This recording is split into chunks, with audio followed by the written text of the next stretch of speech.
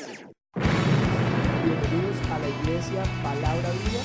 Nuestra misión es hacer discípulos por medio de la palabra para que vivan y den la vida obedeciendo y enseñando la voluntad de Dios, que es Jesús. Capítulo 7, versículos 36 al 50. Leemos todos, por favor, unánimes, juntos, unidos por como coyunturas a través del Espíritu de Dios. Uno de los fariseos rogó a Jesús que comiese con él, y habiendo entrado en casa del fariseo, se sentó a la mesa. Entonces una mujer de la ciudad que era pecadora, al saber que Jesús estaba a la mesa en casa del fariseo, trajo un frasco de alabastro con perfume, y estando detrás de él, a sus pies, llorando, comenzó a regar con lágrimas sus pies, y los enjugaba con sus cabellos, y besaba sus pies, y los ungía con el perfume. Cuando vio esto el fariseo que le había convidado, dijo para sí: este, si fuera profeta, conocería quién y qué clase de mujer es la que le toca, que es pecadora. Entonces, respondiendo Jesús, le dijo: Simón, una cosa tengo que decirte. Y él le dijo: di, maestro. Un acreedor tenía 2 deudores. El uno le debía 500 denarios y el otro 50. Y no teniendo ellos con qué pagar, perdonó a ambos. Di pues, ¿cuál de ellos le amará más? Respondiendo Simón dijo: pienso que aquel a quien perdonó más. Y él le dijo: rectamente has juzgado. Y vuelto a la mujer, dijo a Simón: ¿ves esta mujer? Entré en tu casa y no me diste agua para mis pies, mas ésta ha regado mis pies con lágrimas y los ha enjugado con sus cabellos. No me diste beso, mas ésta desde que entré no ha cesado de besar mis pies. No ungiste mi cabeza con aceite, mas ésta ha ungido con perfume mis pies. Por lo cual te digo que sus muchos pecados le son perdonados, porque amó mucho. Mas aquel a quien se le perdona poco, poco ama. Y a ella le dijo: tus pecados te son perdonados. Y los que estaban juntamente sentados a la mesa comenzaron a decir entre sí: ¿quién es este que también perdona pecados? Pero él dijo a la mujer: tu fe te ha salvado, ve en paz. Oremos para que la palabra cumpla el propósito para el cual nos ha sido dada. El propósito de la palabra es que tengamos vida, y vida en abundancia, y teniendo vida, que es la palabra, la compartamos con aquellos o que no la tienen o que la están necesitando, que tienen anorexia espiritual. Soberano Señor y Padre de todos nosotros, en el nombre maravilloso de Jesús, nos presentamos delante de ti como la congregación que anhela conocerte más y más, Señor. Ábrenos las Escrituras, danos el entendimiento, el conocimiento de tu palabra, Señor, para que conociéndote seamos llenos de tu Santo Espíritu y fortalecidos en nuestra fe, en nuestra vida de fe. Que nuestra fe no falte, Señor. Ayúdanos, porque sabemos que separados de ti nada podemos hacer. Señor, ayúdanos a llevar nuestra vida de fe. Ayúdanos, Padre Celestial, a perseverar hasta el fin, porque solo el que persevere hasta el fin, éste será salvo. Transfórmanos, Señor, desde el interior con un entendimiento renovado, para que seamos esos hombres y mujeres que tú quisiste que fuéramos desde el momento mismo en que nos creaste. Gracias, Señor, por la palabra, por el pan de vida, por invitarnos a tu mesa, Señor. Ayúdanos a llevar, a compartir un pan sin levadura, un pan de verdad, que no esté contaminado con nuestras propias palabras, con las palabras vanas de los hombres. Ayúdanos, Señor, úsanos como tu instrumento santo, apartado para ti, para que llevemos tu palabra conforme es tu voluntad. Te lo pedimos y te lo agradecemos en el nombre de Jesús. Amén. Podemos sentarnos.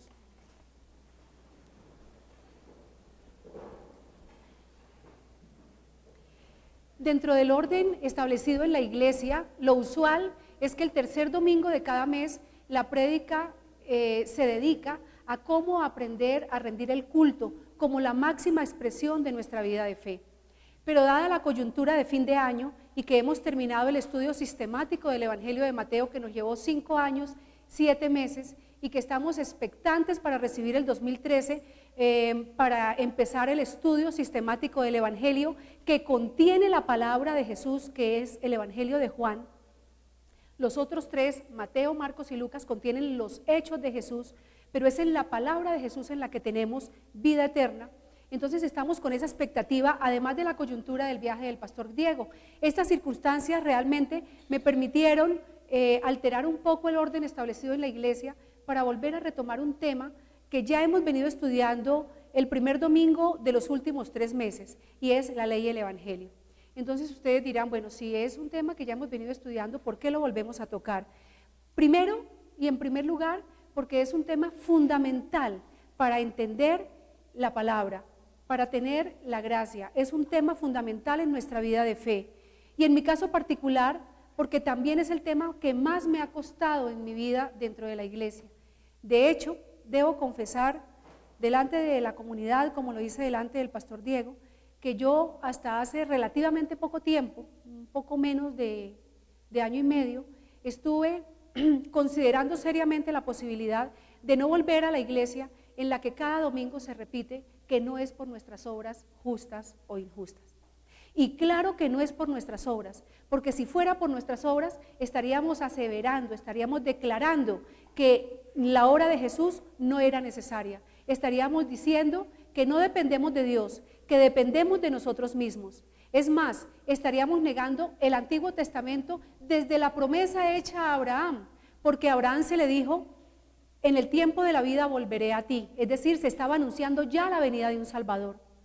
Entonces, si se necesita un Salvador, un intermediario entre Dios y los hombres, se estaba anunciando ya desde Abraham.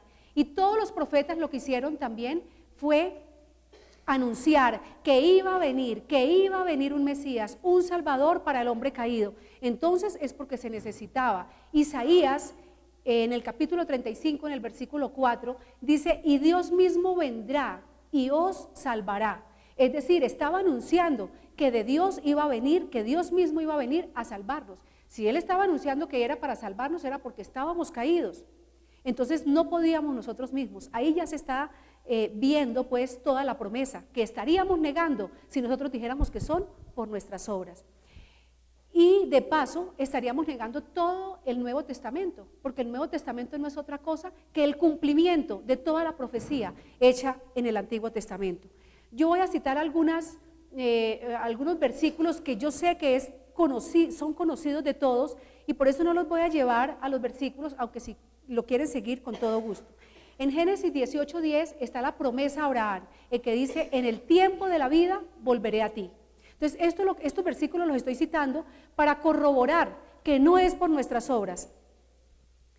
En Isaías 35:4 ya lo mencionamos. En Mateo 1:21, aquí el que anuncia que vendrá un Salvador es el arcángel Gabriel, cuando le dice a María que ella dará a luz un hijo, que llamará su nombre Jesús, porque salvará al pueblo de sus pecados. El ángel, el enviado, el mensajero, lo estaba anunciando. Cuando ya Jesús hizo su presencia física, cuando la palabra de Dios se hizo carne y habitó entre nosotros, ahora es el más grande de los profetas nacido de mujer. Juan el Bautista es el que dice, he aquí, el Cordero de Dios, que quita el pecado del mundo. Y si vamos a Juan 4:25, cuando la mujer samaritana se encuentra con Jesús, ella le dice, yo sé que ha de venir el Mesías llamado el Cristo. Él nos declarará toda la verdad. Y ahora es Jesús el que dice, yo soy el que habla contigo. Entonces, cuando uno cree que es por sus propias obras, estaríamos desmintiendo aún la palabra de Jesús. Y ahora si me acompañan en Apocalipsis capítulo 1, versículo 5, que de pronto ese sí no nos lo sabemos de memoria como los anteriores. En Apocalipsis 1:5 leemos, y de Jesús el testigo fiel, el primogénito de los muertos y el soberano de los reyes de la tierra, al que nos amó, ya está hablando en pasado porque ya se cumplió la venida de ese Mesías, al que nos amó y nos lavó de nuestros pecados con su sangre.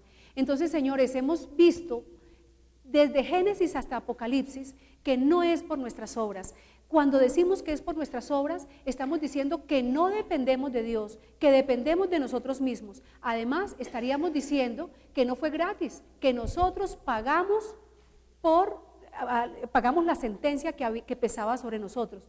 Es decir, que el hombre de sí mismo, pudo restablecer por pura gentileza del hombre la comunicación del Creador. Es decir, la criatura imponiéndose sobre el Creador. Eso sería estar en contra de las mismas palabras de Cristo y estaríamos siendo anticristo, que para mí hasta hace poco realmente yo no entendía esto, y fíjense lo fácil que es deslizarse en una verdad del Evangelio, lo sutil que es el engaño del enemigo, pero por eso dice que la vida eterna es conocerlo, y hay que esforzarse en la gracia, como dice en 2 de Timoteo, porque no nos podemos quedar paralizados, tenemos que seguir el camino.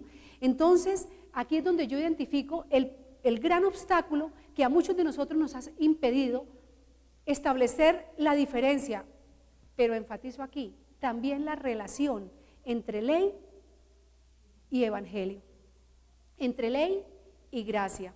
Es que una cosa es la obra de Jesús que nos justifica delante de Dios, y otra cosa muy distinta son las obras del creyente como manifestación visible de esa fe, como la expresión exterior de nuestra transformación interior.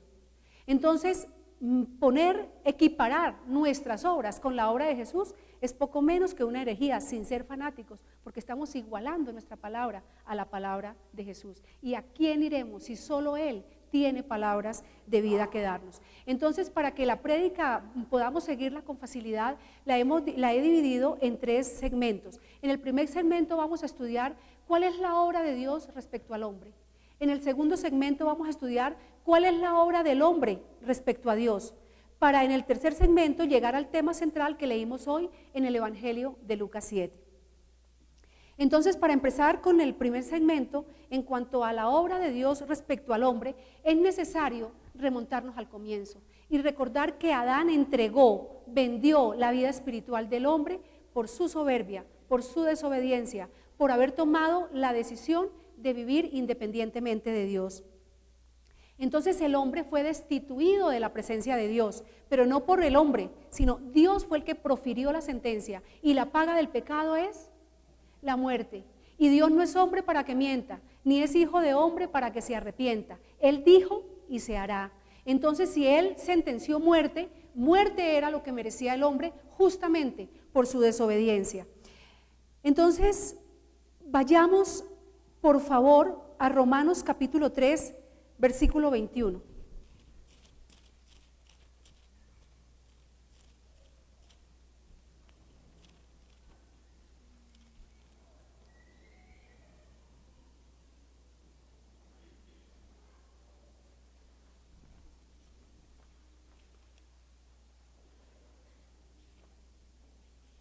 Dice, pero ahora, aparte de la ley, se ha manifestado la justicia de Dios, testificada por la ley y por los profetas, la justicia de Dios por medio de la fe en Jesucristo, para todos los que creen en Él.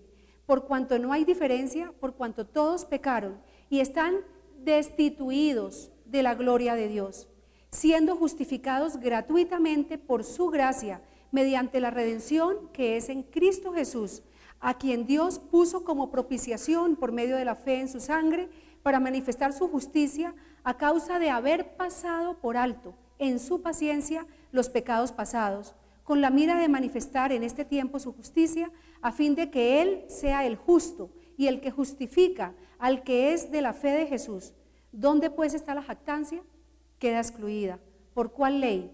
¿Por la ley de las obras? No, sino por la ley de la fe. Entonces, ahí vemos que Dios en su misericordia pasó por alto los pecados del pasado, pero Dios, hemos aprendido muchas veces desde este púlpito, que Dios ante todo, antes que amor, es justicia. Dios es justo y Él es inmutable, Él ya había sentenciado la muerte, pero es que la justicia de Dios es Jesús, porque en Él se cumplió la sentencia. ¿Cuál era la sentencia? Muerte, y la muerte se cumplió. Entonces Jesús, al aceptar que sobre Él recayera la sentencia justa por el pecado del hombre, en Él hubo justicia, en Él se cumplió la sentencia plenamente. Entonces, ¿de qué nos jactamos nosotros? ¿Cuáles son las obras que tenemos para presentarnos delante de Dios? Entonces, es Jesús el que honró la ley con su propia muerte. El regalo le cuesta todo al que lo da, pero nada al que lo recibe. Luego, no es por nuestras obras. Aquí vuelve en estos versículos de Romanos 3, del 21 al 27, queda clarísimo que cuando nosotros decimos que es por nuestras propias obras, estamos diciendo que nosotros nos reconciliamos con Dios, por nuestra gentileza, pues hicimos eso. Y que no necesitábamos de Jesús, que nosotros pagamos, que no fue gratis, que nosotros ya pagamos. Y eso sería olvidar que solamente en las manos del juez que profirió la sentencia estaba la potestad, el poder de tender nuevamente el puente que reuniera al Creador con sus criaturas. Miremos que todo esto que acabamos de leer, además de que ya lo verificamos en Romanos 3, 21, miremos qué dice Gálatas del 5 al 4. Gálatas capítulo 5, versículo 4.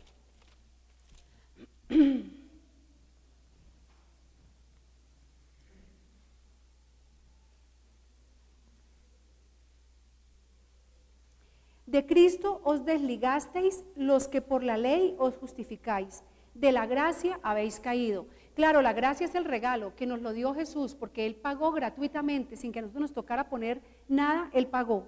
Entonces, si no aceptamos que es por su sangre, pues caemos de la gracia, somos desgraciados, no tenemos gracia. Vayamos a 2 de Corintios 5, 18.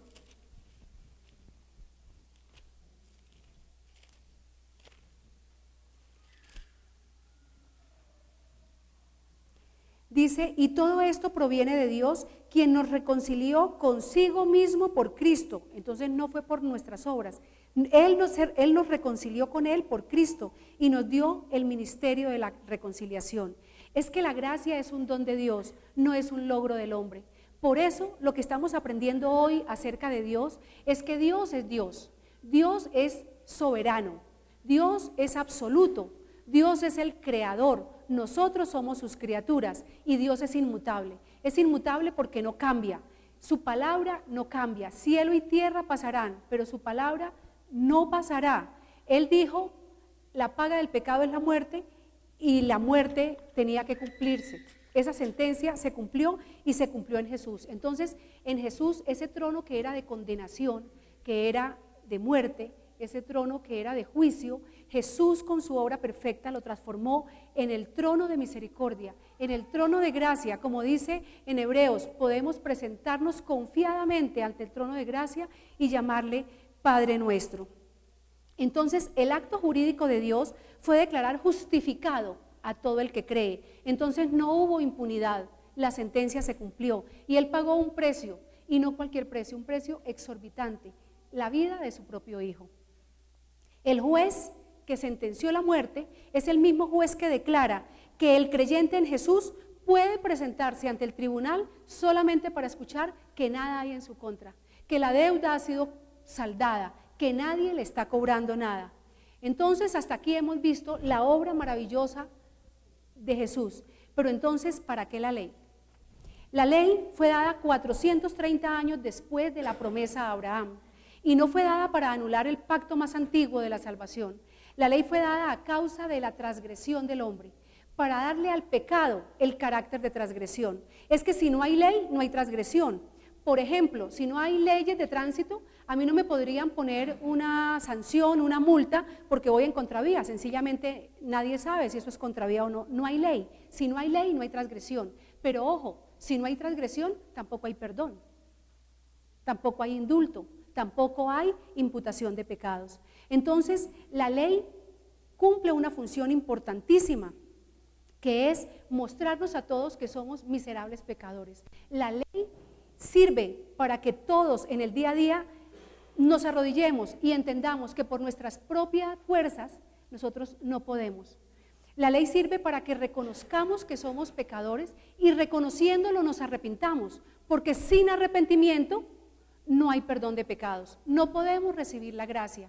Entonces, aunque estamos hablando ahora en la primera parte de la obra de Dios respecto al hombre, ya empezamos a vislumbrar, a entender que también hay una obra que el hombre debe hacer, porque sin arrepentimiento no hay perdón de pecados. Entonces nosotros también debemos hacer algo para recibir esa gracia. El que da, da todo cuando lo da, pero el que recibe como mínimo debe abrir las manos para recibir. Entonces, no perdamos de vista que aunque estamos hablando de la obra de Dios respecto al hombre, ya empezamos a vislumbrar cuál es la obra del hombre para poder recibir esa gracia. La ley nos encerró a todo el mundo bajo pecado. Dice que por la ley no hay justo ni aún uno. Vayamos por favor a Romanos 3:19 que habíamos leído antes,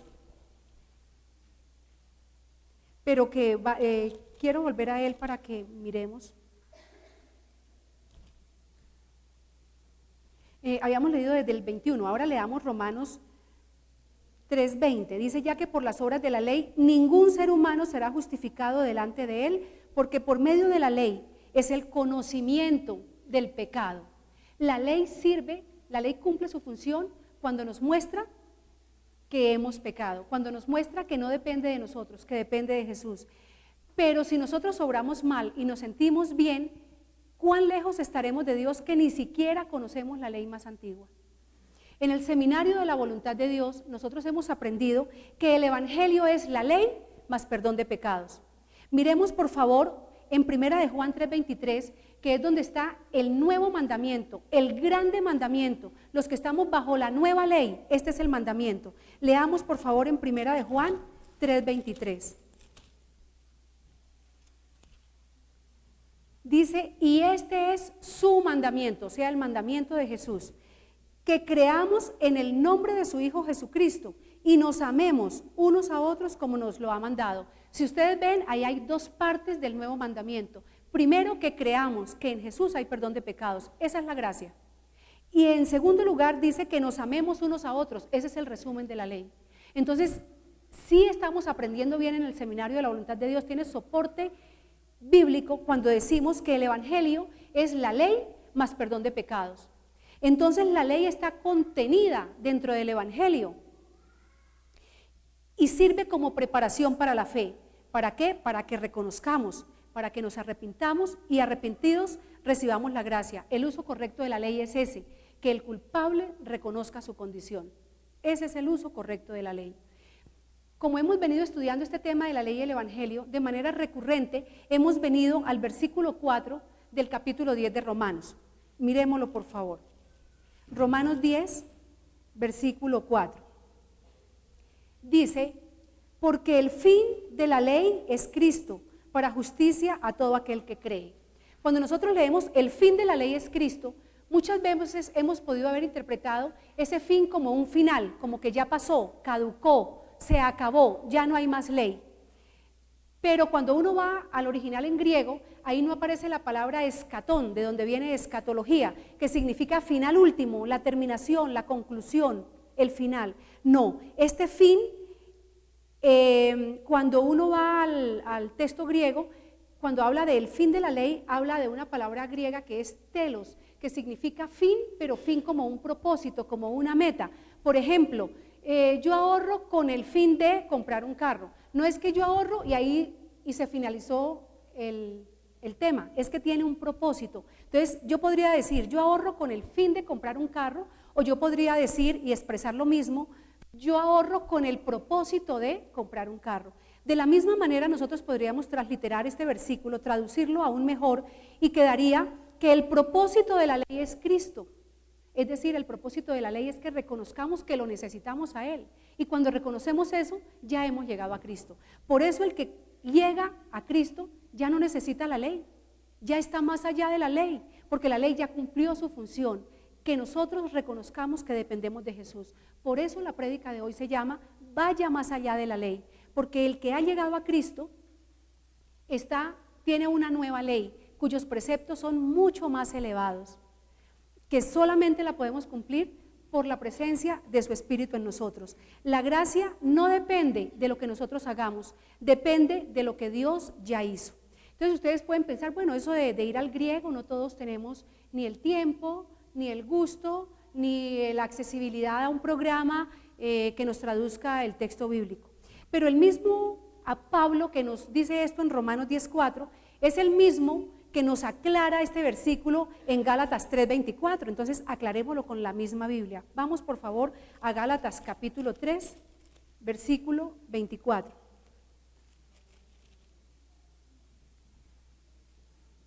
Y ahí leemos, de manera que la ley ha sido nuestro ayo para llevarnos a Cristo. O sea, queda claro lo que vimos, que la traducción de Romanos 10:4 puede ser que la ley, el propósito es llevarnos a Cristo. Claro, la gracia es el corazón del Evangelio, pero para recibirla necesitamos arrepentirnos. Permítanme ser reiterativa en esto, porque este es el gran obstáculo. Nosotros, Dios ya hizo todo, pero nosotros debemos hacer nuestra parte. No seamos calvinistas, no creamos que la salvación no se pierde. Entonces, por eso es que en Primera de Timoteo, en el capítulo 2, en el versículo 1 dice, esfuérzate en la gracia. Si a nosotros nos dan un regalo que es gratis, ¿por qué esforzarnos? Porque Dios hizo su parte, pero falta la nuestra, que en la segunda parte de la prédica vamos a ver. Entonces, eso es lo que dice Pablo respecto a la ley. Pero, ¿qué dice el Rey de Reyes? ¿Qué dice Jesús respecto a la ley? Vamos todos, por favor, a Mateo en el capítulo 5, en el versículo 17.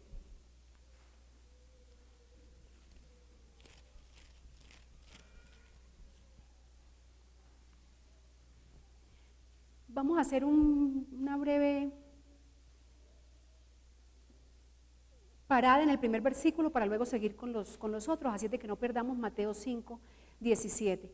Dice, no penséis que he venido para abrogar la ley o los profetas. No he venido para abrogar, sino para cumplir. Entonces, cuando uno va al original de griego, ese cumplir tiene el verbo plerosai. Pleros, en inglés made full, llenar, completar. Y atención con algo que no podemos ver en la traducción, porque en griego está en un tiempo verbal que se llama aoristo y que no tenemos en español. Pero ese plerosai significa llenar en un momento. El tiempo verbal indica que se hizo en un momento en que casi no es perceptible, cronometrable, medible en el tiempo. Y es que Jesús cumplió la sentencia de la ley en el momento, en el instante en que entregó su espíritu. Qué bonito ver eso en la traducción de griego, que no se puede ver en las traducciones al español. Entonces ese plerosai significa completar. Jesús fue el que completó la ley, Él la cumplió, Él honró la ley, porque en Él se cumplió la sentencia proferida por el gran juez, muerte. Él murió. Entonces, es que ni siquiera la ley humana juzga dos veces al mismo hombre por el mismo delito. Entonces, esto significa que si los que creemos que en Cristo tenemos perdón de pecados, que Él puso su vida para que nosotros, a cambio de la muerte eterna del hombre, entonces ahí ya empezamos a arrodillarnos y a aceptar que solamente a través de la obra perfecta de Jesús, a través de la misericordia de Dios que dio a su propio Hijo, se restablece la comunicación con el Padre. Es decir, ya no hay ley mosaica para los que creen en Cristo, sino hay una nueva ley. Pero esta ley, ¿cuál es? ¿Cuáles son los preceptos de esa ley? Yo no voy a leer todo el Evangelio todo el capítulo 5 de Mateo, primero para no cansarlos y además porque es un capítulo que ya todos conocemos bastante, entonces yo me voy a permitir tocarlo, pero ustedes pueden verificar que lo que vamos a decir acá está a través de todo el Evangelio. Voy a leer solamente, por lo menos en el versículo 21 dice, oísteis que fue dicho a los antiguos, no matarás, y cualquiera que matare será culpable de juicio, pero, hay un pero, que significa que Jesús puso su palabra por encima de la ley de Moisés. Y se lo estaba diciendo a los fariseos. Pero yo os digo que cualquiera que se enoje contra su hermano será culpable de juicio, y cualquiera que diga necio a su hermano será culpable ante el concilio. Más adelante dice en el versículo 27, oísteis que fue dicho, no cometerás adulterio, pero yo os digo, pero, otra vez, pero, su palabra por encima, la nueva ley por encima de la ley antigua. Pero yo os digo que cualquiera que mire a una mujer para codiciarla ya adulteró con ella en tu corazón. Más adelante dice, la ley dice ojo por ojo, diente por diente, ¿verdad? Pero yo os digo, es decir, siempre Jesús poniendo su palabra por encima de la ley. Por eso es que los que aceptamos que Él pagó, que nosotros no teníamos con qué pagar, que el culpable, que el sentenciado a muerte no tenía cómo pararse delante de Dios, esos para nosotros, los que creemos que Jesús es el Cristo, el Hijo del Dios viviente, ya no estamos bajo esa ley, pero estamos bajo esta nueva ley, cuyos preceptos son mucho más elevados. Y nosotros de manera permanente decimos, el justo por la fe vivirá, entonces decimos que es por la fe y no hay nada más que hacer. Pero ¿quién es justo? ¿Justo será el que no comete ningún pecado? ¿Acaso no hemos leído ya que por la ley no hay justo ni aún uno? Miremos quién es justo. Vayamos por favor a 1 de Juan, capítulo 1.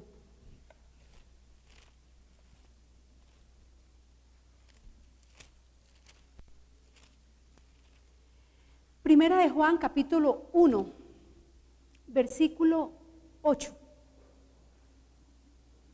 Dice: si decimos que no tenemos pecado, nos engañamos a nosotros mismos y la verdad no está en nosotros. Entonces seguimos siendo pecadores. Aunque recibimos la vida, seguimos siendo vasos de barro, tomados del polvo de la tierra, y seguimos en nuestra carne siendo pecadores.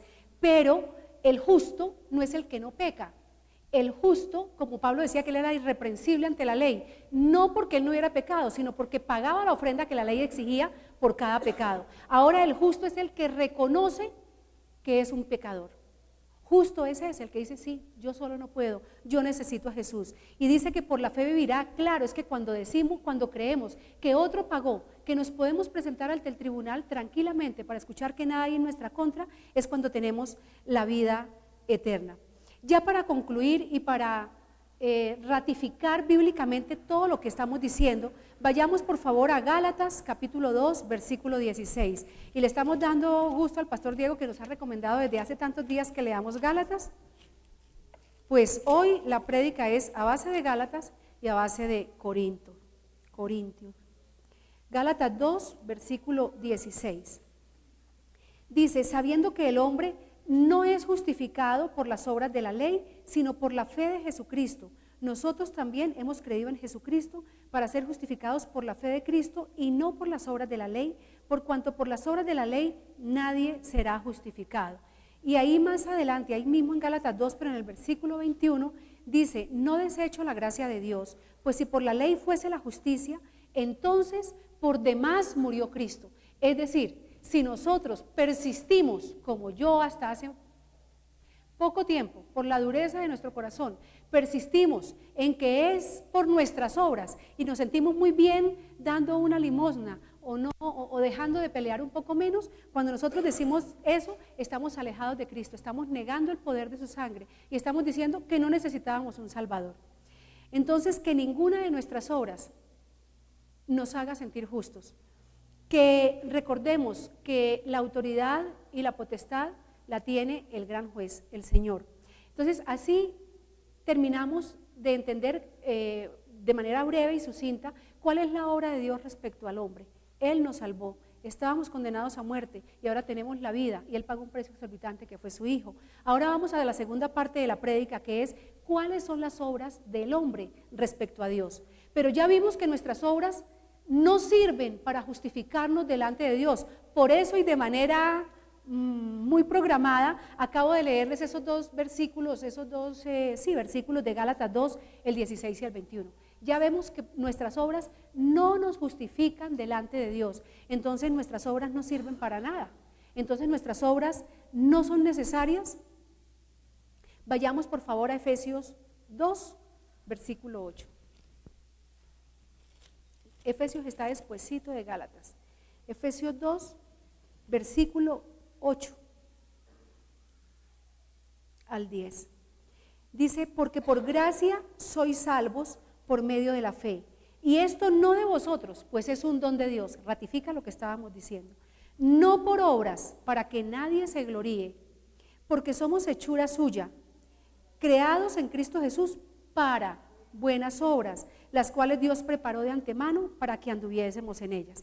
Entonces ya empezamos a ver que así como Dios hizo su parte, no es que nosotros estemos alejados y ya no tengamos nada más que hacer. Ahí está diciendo que no es por nuestras obras, sino para buenas obras. Entonces, ¿cuáles son esas buenas obras? Dejemos que también sea la palabra de Dios la que nos diga cuáles son las buenas obras, para no caer en la tentación de hablar por nuestra propia cuenta. Vayamos por favor a Juan 6, versículo 28. Juan capítulo 6, versículo 28. Para no perdernos del contexto, aquí Jesús se está dirigiendo a aquellos 5,000 que lo seguían porque les había dado les había hecho el milagro de la multiplicación de los panes. Pero Jesús no quiso volverles a hacer el milagro porque se dio cuenta que ellos lo seguían era por el pan del estómago, por el pan que perece, pero no el que para vida eterna permanece. El que para vida eterna permanece es la palabra de Dios. Ese es el pan de vida, pero ellos lo seguían por el pan que va a la letrina. Entonces ellos le preguntaron en el versículo 28, entonces ellos, esos 5,000 le dijeron, ¿qué debemos hacer para poner en práctica las obras de Dios? Respondió Jesús y les dijo, esta es la obra de Dios, que creáis en el que Él ha enviado. Entonces es muy fácil, yo digo que creo y punto. Hago lo mismo que estos fariseos, y a uno le parecen malvados, pero nosotros somos aún más malvados porque ya tenemos mucha más evidencia. Ya está escrito todo el Nuevo Testamento, ya está escrito el testimonio de los que lo vieron resucitar.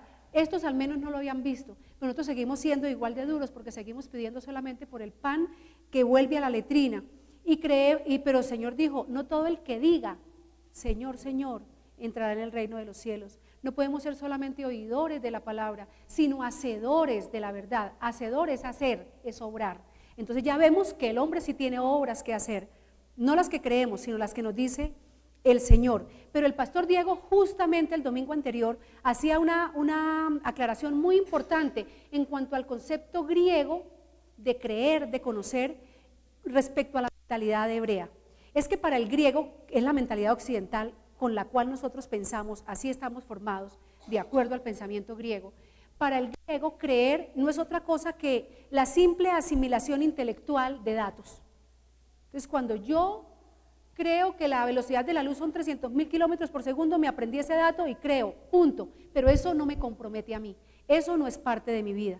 En cambio, el concepto de creer o de conocer en el pueblo de Israel, que es el contexto en el cual fue escrito la palabra de Dios, el concepto de conocer para el israelita es conocer intelectualmente, pero adquirir un compromiso con su propia vida, determinarse por un camino y seguirlo. Entonces aquí viene una pregunta para que por lo menos en el transcurso de la semana tratemos de hacérnosla a nosotros mismos. Yo no me atrevo a contestarla porque me daría mucha pena. ¿Con qué tipo de fe creemos? ¿Con la fe griega o con la fe hebrea? ¿Solamente de palabra y con el intelecto? ¿O de corazón y con nuestras propias obras? Entonces, ojo, ya hemos dicho que la obra es que creáis, pero creer en hebreo significa hacer, caminar. Jesús dijo, síganme, el que quiera seguirme, tome su cruz y sígame. Él es el camino y la verdad y la vida, pero el camino, si usted conoce el camino de aquí a Bucaramanga, usted conoce el camino, pero si no se decide a coger el carro y caminar, o en cicla, o en moto, o en lo que quiera, no llega a la meta. Entonces, Él es el camino, la meta es la vida eterna, pero si no nos determinamos a caminar el camino, tampoco llegamos a la meta. Entonces, nosotros decimos, listo, ya Jesús lo hizo, ya la ley no es para nosotros sí creemos y estamos haciendo el esfuerzo de caminar, nos caemos, pero Jesús es fiel, Él nos mantiene en nuestra fe, que nuestra fe no falte, Él permite que seamos zarandeados, pero que nuestra fe no falte. Pero sí, de verdad estamos libres de la ley de Moisés.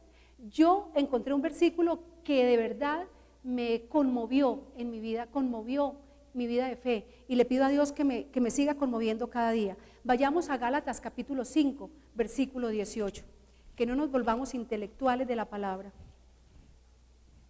Gálatas 5, 18. Dice, pero si sois guiados por el Espíritu, no estáis bajo la ley. ¿Cómo les parece a ustedes ese versículo? Pero si sois guiados por el Espíritu, no estáis bajo la ley. O sea, para no estar bajo la ley de Moisés, debemos dejar que sea el Espíritu de Dios el que guíe nuestras vidas. Y si no permitimos que sea Él, estamos bajo la ley de Moisés. Ahí no hay escapatoria, es un condicional. El hombre no puede andar sin Dios y sin ley. O estamos bajo una ley o estamos bajo la otra. Y el mismo apóstol Pablo que escribe Gálatas, que dice que no es por nuestras obras, sino por la fe, pero ya sabemos que la fe es creer y ya sabemos que creer es hacer, es caminar. Es el mismo que nos está diciendo que si no estamos guiados por el Espíritu de Dios, estamos guiados bajo el espíritu de la carne. Y el mismo apóstol Pablo es el que en la primera carta de Corintios 15, dice que el hombre tiene dos cuerpos, eso ya lo hemos visto, ¿cierto? Cuerpo animal y cuerpo espiritual.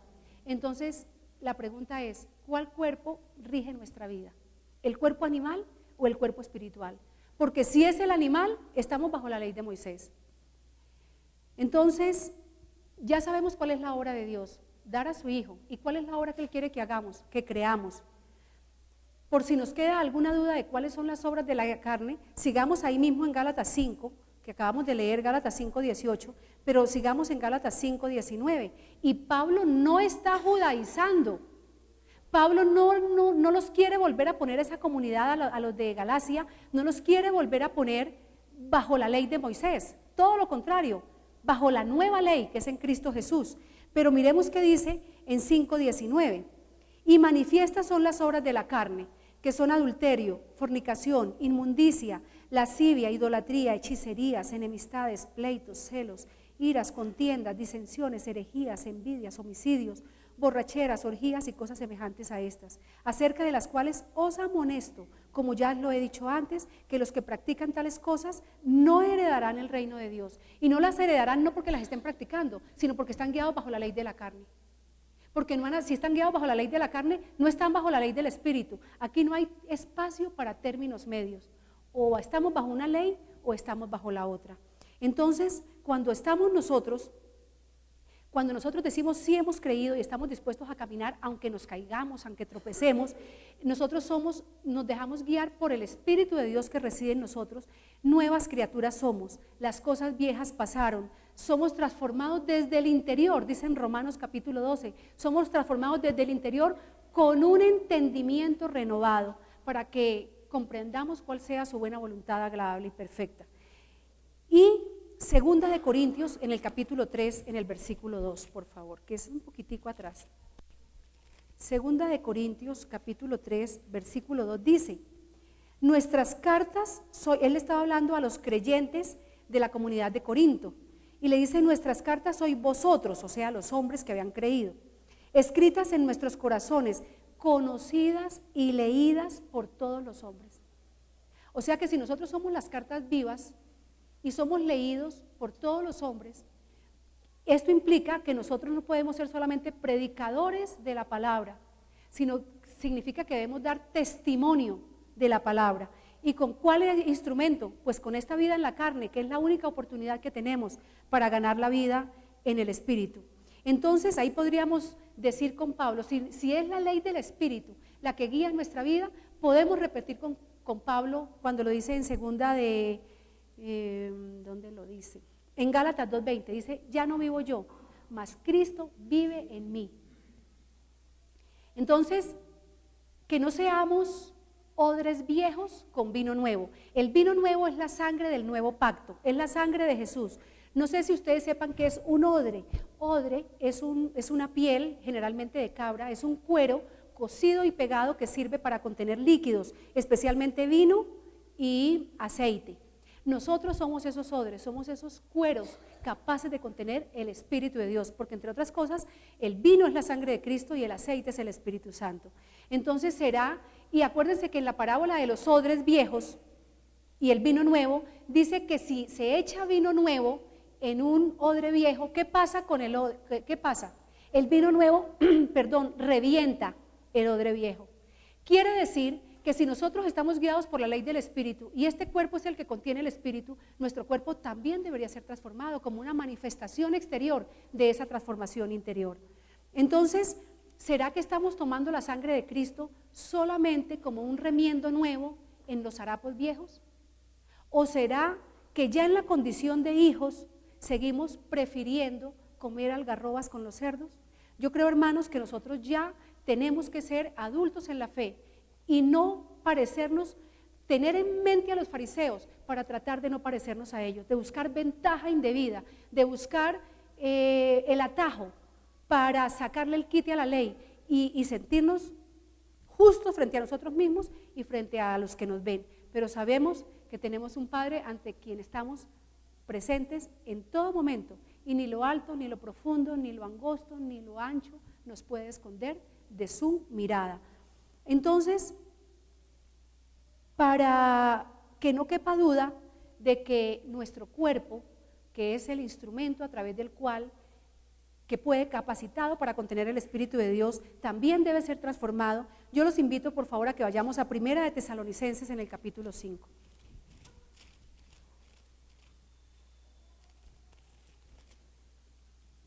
Primera de Tesalonicenses 5, 23. Dice: y el mismo Dios de paz os santifique por completo, y todo vuestro ser, espíritu, alma y cuerpo sea guardado irreprensible para la venida de nuestro Señor Jesucristo. Si todavía pues no estamos muy convencidos, miremos qué dice en la carta a Tito, en el capítulo 1, en el versículo 16. Dice: profesan conocer a Dios, pero con los hechos, es decir, hechos son obras, lo niegan, siendo abominables y rebeldes, reprobados en cuanto a toda buena obra. Y ya vimos que la obra es creer, pero que creer es hacer. En la Iglesia Palabra Viva, de manera frecuente, escuchamos que el pastor Diego nos insiste en que cuando venimos a rendir el culto, o los que servimos de ujieres, o de coordinadores, o de maestros de la escuela dominical, lo hagamos todo decentemente y en orden, porque es para el Señor.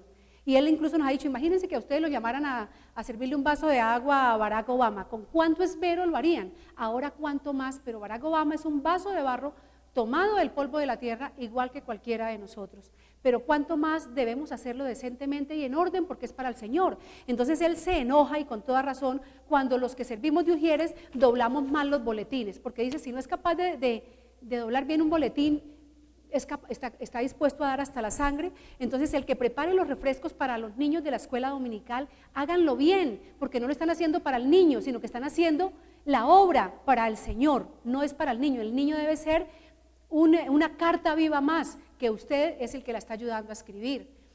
Cuando vamos a partir el pan de la Santa Cena, uno se cuida muchísimo. Yo lo hago hasta con temor de que me quede un pedazo más grande que el otro, porque al pastor Diego no le gusta, porque es para el Señor. Entonces, si debemos hacer todo, y que los recursos que administremos, que la iglesia recoja, que sean usados decentemente y en orden para hacer la obra, porque es la obra del Señor.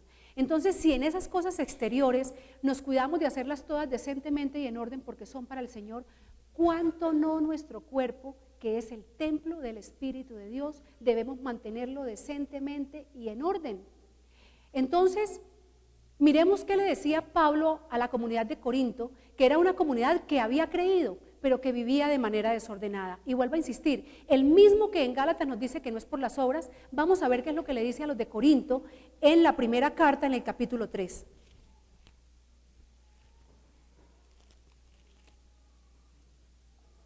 Versículo 16 y 17. Dice: no está judaizando, entendamos bien que no está judaizando. ¿No sabéis que sois templos de Dios y que el Espíritu de Dios mora en vosotros? Si alguno destruyere el templo de Dios, Dios le destruirá a él, porque el templo de Dios, el cual sois vosotros, santo es. ¿Qué duda nos cabe? ¿Qué no entendemos de esa parte? Que nuestro cuerpo es el templo de Dios. Pero si nos cabe alguna duda, vayamos ahí mismo en 1 Corintios al capítulo 6, versículo 15.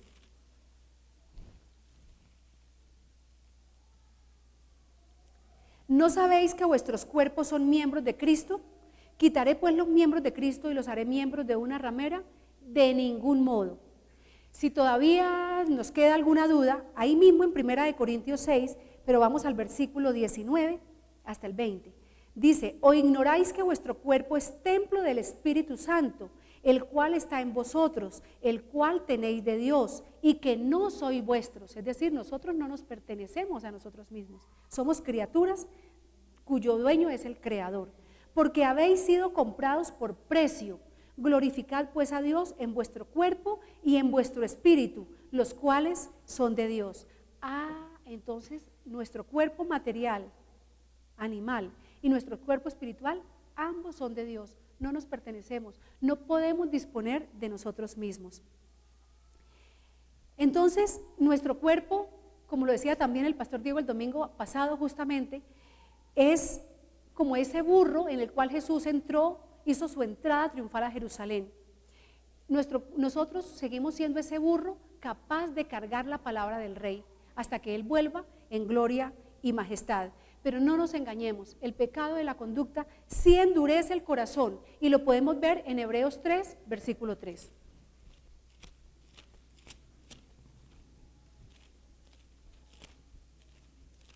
Hebreos 3, 3.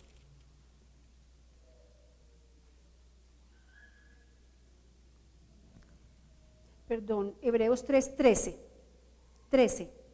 Antes exhortaos los unos a los otros cada día, entre tanto que se dice hoy, para que ninguno de vosotros se endurezca por el engaño del pecado. Y lo sigue diciendo en Hebreos en varias oportunidades. Hermanos, no seamos calvinistas. Nosotros decimos que entendemos que la salvación se pierde, pero actuamos como si la salvación no se perdiera. Decimos de palabra que no somos calvinistas, pero obramos como si lo fuéramos. Entonces miremos, para verificar que esto es así, miremos en 1 Corintios capítulo 10, versículos 1 al 15. Dice: porque no quiero, hermanos, que ignoréis que vuestros padres estuvieron bajo la nube y todos pasaron el mar. Y todos en Moisés fueron bautizados en la nube y en el mar, y todos comieron el mismo alimento espiritual, y todos bebieron la misma bebida espiritual, es decir, estaban alimentados con la roca que es Cristo, porque bebían de la roca espiritual que los seguía, y la roca era Cristo.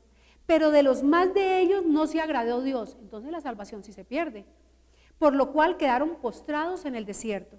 Mas estas cosas sucedieron como ejemplos para nosotros, para que no codiciemos cosas malas como ellos codiciaron. Ni seáis idólatras como algunos de ellos, según está escrito. Se sentó el pueblo a comer y a beber y se levantó a jugar. Ni forniquemos como algunos de ellos fornicaron y cayeron en un día 23,000. Ni tentemos al Señor como también algunos de ellos lo tentaron y perecieron por las serpientes. Ni murmuréis como algunos de ellos murmuraron y perecieron por el destructor. Y estas cosas les acontecieron como ejemplo y están escritas para amonestarnos, ¿a quiénes? A nosotros. Eso no es un cuentico de hace 2000 años, eso aplica para nosotros, a quienes han alcanzado los fines de los siglos. Así que el que piensa estar firme, mire que no caiga. No os ha sobrevenido ninguna tentación que no sea humana, pero fiel es Dios, que no os dejará ser tentados más de lo que podáis resistir, sino que dará también juntamente con la tentación la salida para que podáis soportar. Es que aunque andemos en la carne, no militamos según la carne. Claro, es la fe la que nos justifica ante Dios, pero las obras son las que nos justifican delante de los hombres, justifican nuestra fe delante de los hombres. Las obras nuestras como una expresión de la transformación interior. Las obras nuestras no nos justifican delante de Dios, sino que son la consecuencia de haber sido justificados por Cristo Jesús. No es por nuestras obras, es para buenas obras, como leímos comenzando la prédica. Es que Jesús ordenó, Él no nos pidió el favor y no nos dejó opción. El verbo está en imperativo y está en presente continuo. Es yendo, predicar el evangelio. Yendo es decir, caminando. Nos está diciendo, camine el camino. No se quede parado en Bogotá sabiendo cuál es el camino, pero no está dispuesto a transitarlo. Cuando dice yendo, implica que nosotros debemos actuar, implica que en nosotros debe haber un compromiso. Cuando uno actúa, está obrando, está caminando. Entonces,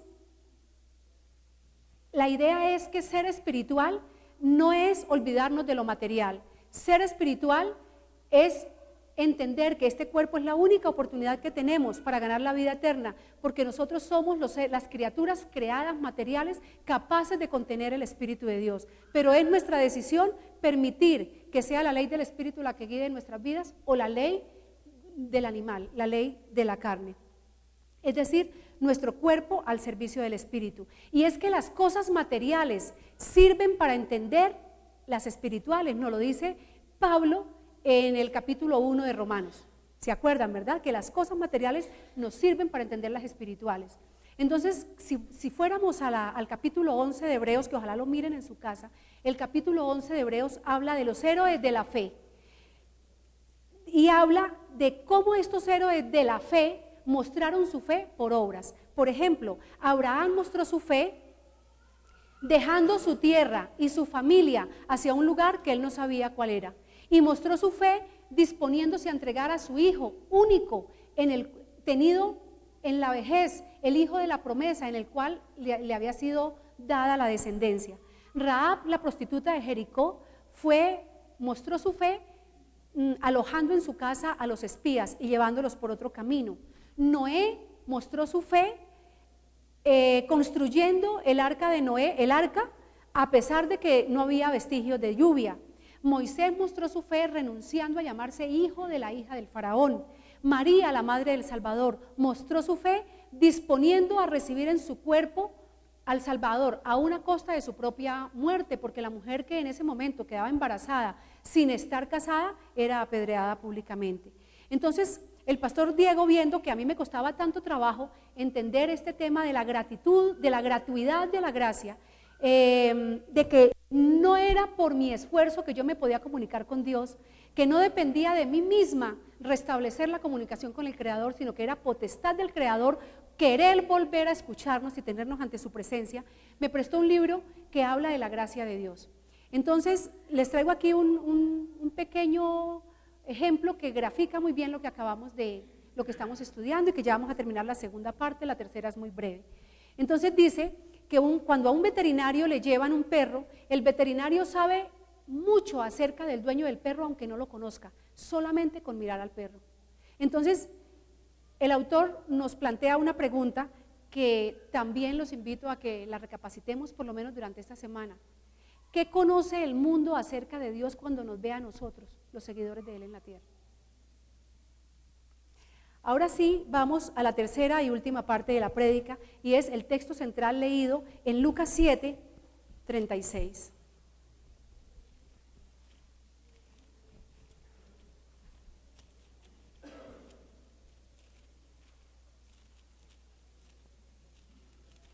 Lucas 7, 36. La mujer que entró, Simón era un fariseo prominente dentro del pueblo de Israel. Partamos de esa base. Él invitó a Jesús a comer también un poco por darse estilo, ¿no? Porque era la novedad del momento. Pero la mujer que llegó a la casa, la mujer de la que habla esta porción del Evangelio, era una prostituta. De más está decir que la mujer no había sido invitada a la casa de Simón, porque si algo caracterizaba a los fariseos era un espíritu de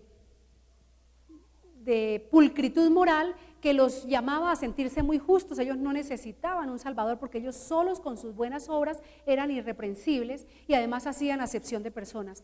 Pero esta mujer, que obviamente no había sido invitada, superó la vergüenza de estar decolada en una fiesta, y no en cualquier fiesta, era en la casa de un prominente de la ciudad, como uno decir que se va a colar a la casa de una fiesta de Ardila Lule o de Julio Mario Santo Domingo, pues eso le da a uno hasta miedo, porque seguramente no lo van a dejar ni entrar. Pero esta mujer venció todos los obstáculos y llegó y se metió y no fue invitada. ¿Por qué? Porque ella sabía, ella sentía la necesidad de ese Salvador. Ella sabía que en sus propias fuerzas no podía. Y cuando llegó ante Jesús, ella derramó el contenido de ese frasco de alabastro a los pies de Cristo.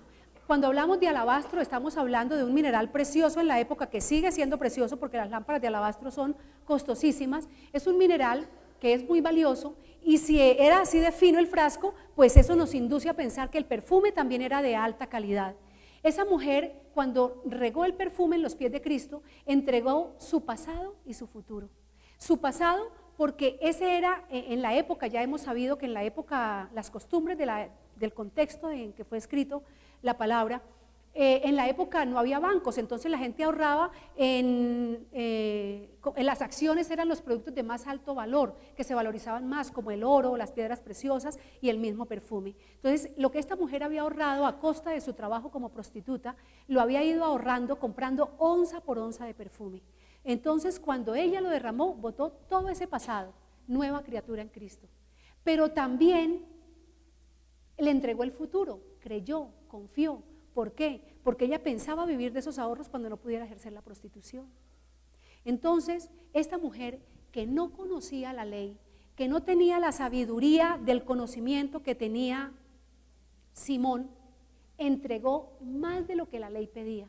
Por eso otra vez volvemos a recordar que la prédica de hoy se llama Vaya más allá de la ley, porque por la ley lo hacemos por obligación, por temor. Cuando nos toca pagar impuestos no pagamos un peso más, entre otras cosas porque no les dan buen uso, ¿no? Pero no pagamos más. Pero cuando se trata de voluntad, cuando uno le da un regalo a alguien a quien aprecia, uno no se fija en el precio. Uno, si hay algo que le guste más, que uno crea que al otro le gusta más, no importa sacrificar unos pesos, se da más. Esta mujer dio mucho más de lo que la ley pedía. Pero ¿qué pasó con el fariseo? ¿Qué pasó con Simón? Jesús se dio cuenta de la incomodidad de Simón con la presencia de esta mujer en la casa de Simón. Entonces, Jesús, ¿qué le dijo? ¿Cómo le mostró a Simón la fe de la mujer? Con las obras de ella.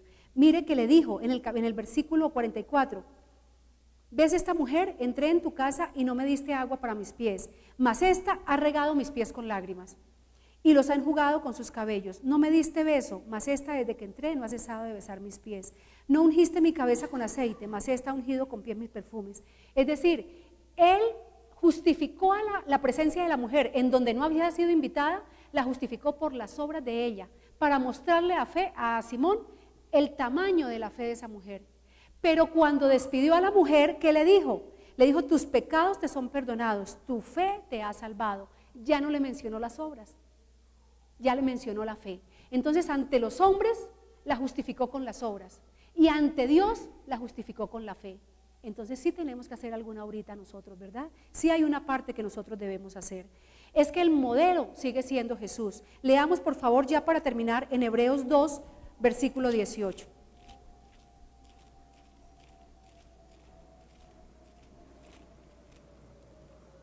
Hebreos 2, 18. Pues en cuanto él mismo, o sea Jesús, padeció siendo tentado, es poderoso para socorrer a los que son tentados.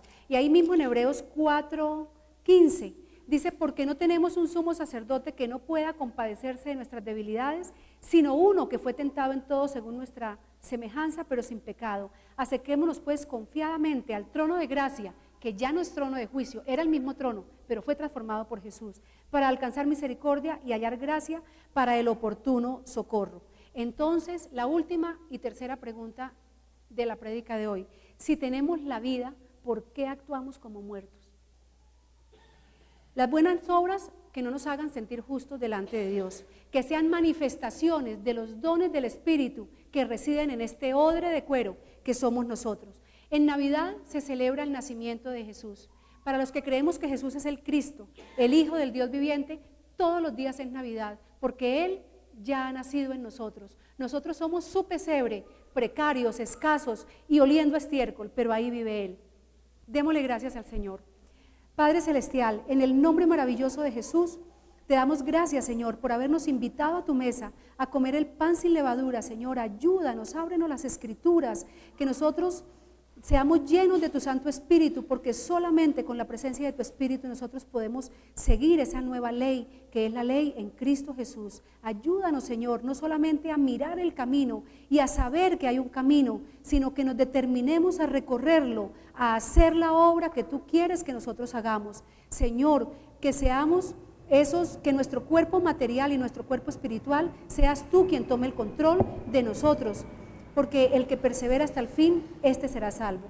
Que el amor profundo del Padre y la gracia de nuestro Señor Jesucristo y el Espíritu Santo estén con todos nosotros. Amén.